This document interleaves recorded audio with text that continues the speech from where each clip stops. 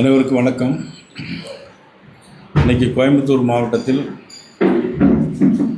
நடைபெற்ற விவசாயிகள் கூட்டத்தில் கலந்து கொண்டு கோயம்புத்தூர் மாவட்டத்தினுடைய வடக்கு தெற்கு மாவட்டங்களுடைய நிர்வாகிகளை சந்திப்பதற்காக இன்று கோயம்புத்தூர் வந்திருக்கிறோம்.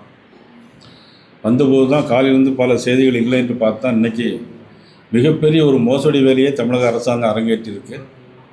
கிட்டத்தட்ட 25,000 கோடி ரூபாய் சொத்து மதிப்பு. கரூரில் 25,000 கோடி ரூபாய் சொத்து மதிப்பு, 3085 ஏக்கர் அறநிலைத்துறை நிலத்துக்கு சொந்தமான கரூரில் புகழிமாலை பாலசுப்ரமணிய சுவாமி,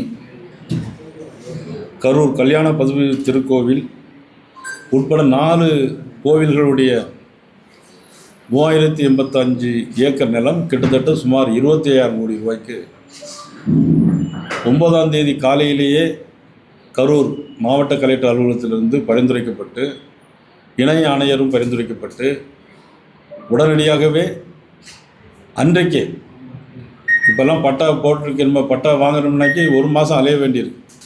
ஆனால் அவசரமாக இந்த 3085 ஏக்கரையும் பட்டா நிலத்தை, கோயிலுக்கு சொந்தமான நிலத்தை இன்றைக்கி பட்டா போட்டு கொடுத்துருக்கான்ற செய்தி வந்திருக்கிறது. இது தமிழக அரசு மதிப்புக்குரிய திரு ஜோசப் விஜய் அவர்கள் இந்து கோயிலுடைய இடங்களெல்லாம் அழிக்க வேண்டும் என்பதற்காக இது செய்திருக்கிறாரா? அதற்கு உறுதுணையாக அறநிலைத்துறை அமைச்சர் ரமேஷும் இருக்கிறாரா? எதற்காக இந்த அவசரம்? உண்மையிலேயே வன்மையாக நாங்கள் கண்டிக்கிறோம். பாரதிய ஜனதா கட்சி சார்பாக வன்மையாக கண்டிக்கிறோம். இதனை தொடர்ந்து நிச்சயமாக இதனுடைய ஆய்வுகளை தெரிந்து கொண்டு மிகப்பெரிய போராட்டத்தை பாரதிய ஜனதா கட்சி இந்து அறநிலைத்துறை இடங்களை மீட்பதற்காக நிச்சயமாக போராடுவோம் என்பதை தெரிவித்துக் கொள்கிறேன்.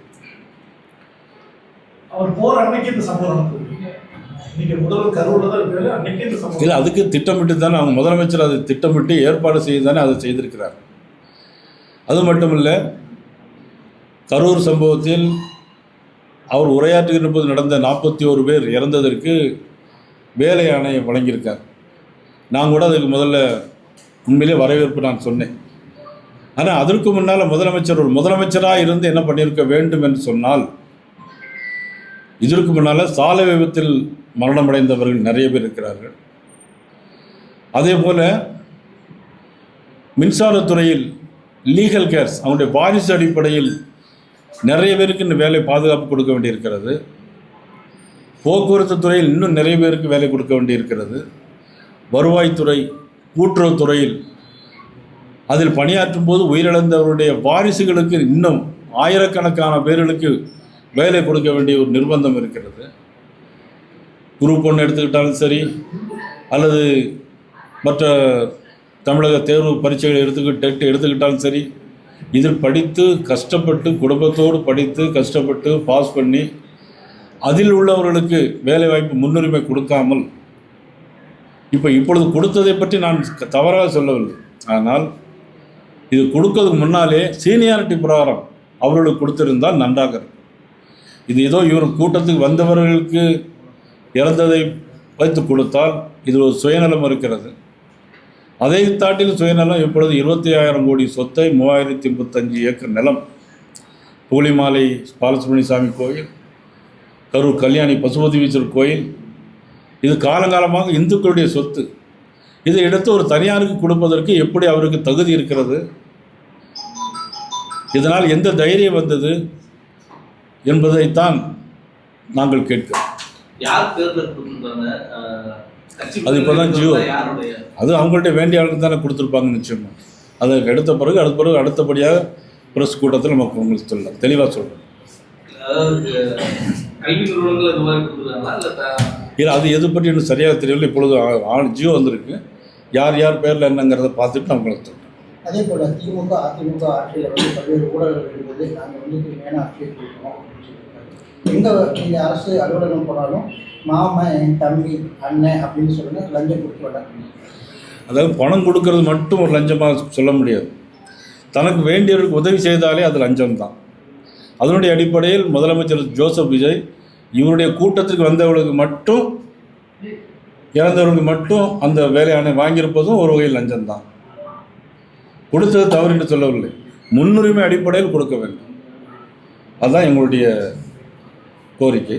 அது மட்டும் இல்லை, இப்போ 3085 ஏக்கரை கொடுத்துருப்ப என்ன அடிப்படையில் ஒரே நாளில் கொடுக்க வேண்டிய அவசியம் என்ன? அதுதான், அதுவும் ஒரு வகையில் லஞ்சம் தான். ஆக லஞ்சம் இப்படியெல்லாம் ஆரம்பித்து கொண்டே தான் இருக்கிறது. வேற உங்கள்கிட்ட கேள்வி? இந்த கரூர் நிகழ்ச்சியை வந்து அரசு பள்ளி ஒளிபரப்பு பண்ணியிருக்காங்க, பள்ளி மாணவர்களுக்கு முன்னாடி அந்த வீடியோ அரசு பள்ளியில் வந்து போட்டு காட்டியிருக்காங்க. உண்மையிலே இந்த மாதிரி சம்பவம் இது வரைக்கும் நடந்ததில்லை. சினிமாவில் தான் நம்ம பார்த்துருக்கோம். இப்போ புரட்சித் தலைவர் எம்ஜிஆர் வந்து அவர் வந்து முதலமைச்சராக வந்தபோது தன்னுடைய வாழ்க்கையில் என்னென்னலாம் சொன்னாரோ, என்னென்ன செய்வோம் அப்படின்னு சொன்னாரோ அதையெல்லாம் செய்து காட்டியது.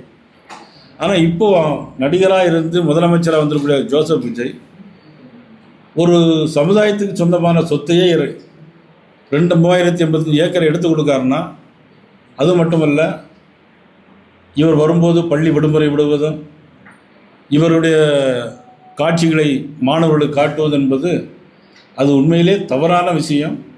மாணவர்களை தவறான வழியில் எடுத்து செல்வதற்காக உள்ள விஷயம். ஆக இதெல்லாம் வன்மையாக கண்டிக்கத்தக்கது. சார், மத்திய அரசு வழங்கப்பட்ட மானிய உரம் கோவை மாவட்டத்தில் 20,000 மூட்டை பதுக்கிட்டாங்க. இந்த அளவுக்கு எங்களுக்கு அனுப்பு மேலே அதில் வேளாண்துறை அதிகாரிகளும் இருக்கிறாங்க, அது அரசியல் கட்சியை சேர்ந்தவங்களும் இருக்கிறாங்க. ஸோ இந்த நிலைப்பாடு சென்ட்ரல் கவர்மெண்ட்டோட தமிழ்நாட்டில் ஒரு உரம் வாங்கணும்னாலே அவ்வளோ ரெக்கமெண்டேஷன் கொடுக்க வேண்டியிருக்கு ஆதாரம். ஆனால் இவ்வளோ பெரிய பதுக்கலும் இவ்வளோ பெரிய கடத்தலும் தமிழக கேரளா எல்லையில் வந்து உங்களுடைய பொருள் என்ன சார்? அதாவது வந்து மத்திய அரசு வந்து 4500 ரூபாய்க்கு வாங்கிய யூரியாவை 300 ரூபாய்க்கு விற்கிது. இதில் மாநில அரசுக்கு எந்த விதமான சம்பந்தமும் கிடையாது. மத்திய அரசு, பாரத நரேந்திர மோடியுடைய அரசு, பாரதிய ஜனதா கட்சியினுடைய அரசு 4500 ரூபாய்க்கு வாங்கி 300 ரூபாய்க்கு அந்த உரத்தை கொடுக்குறாங்க.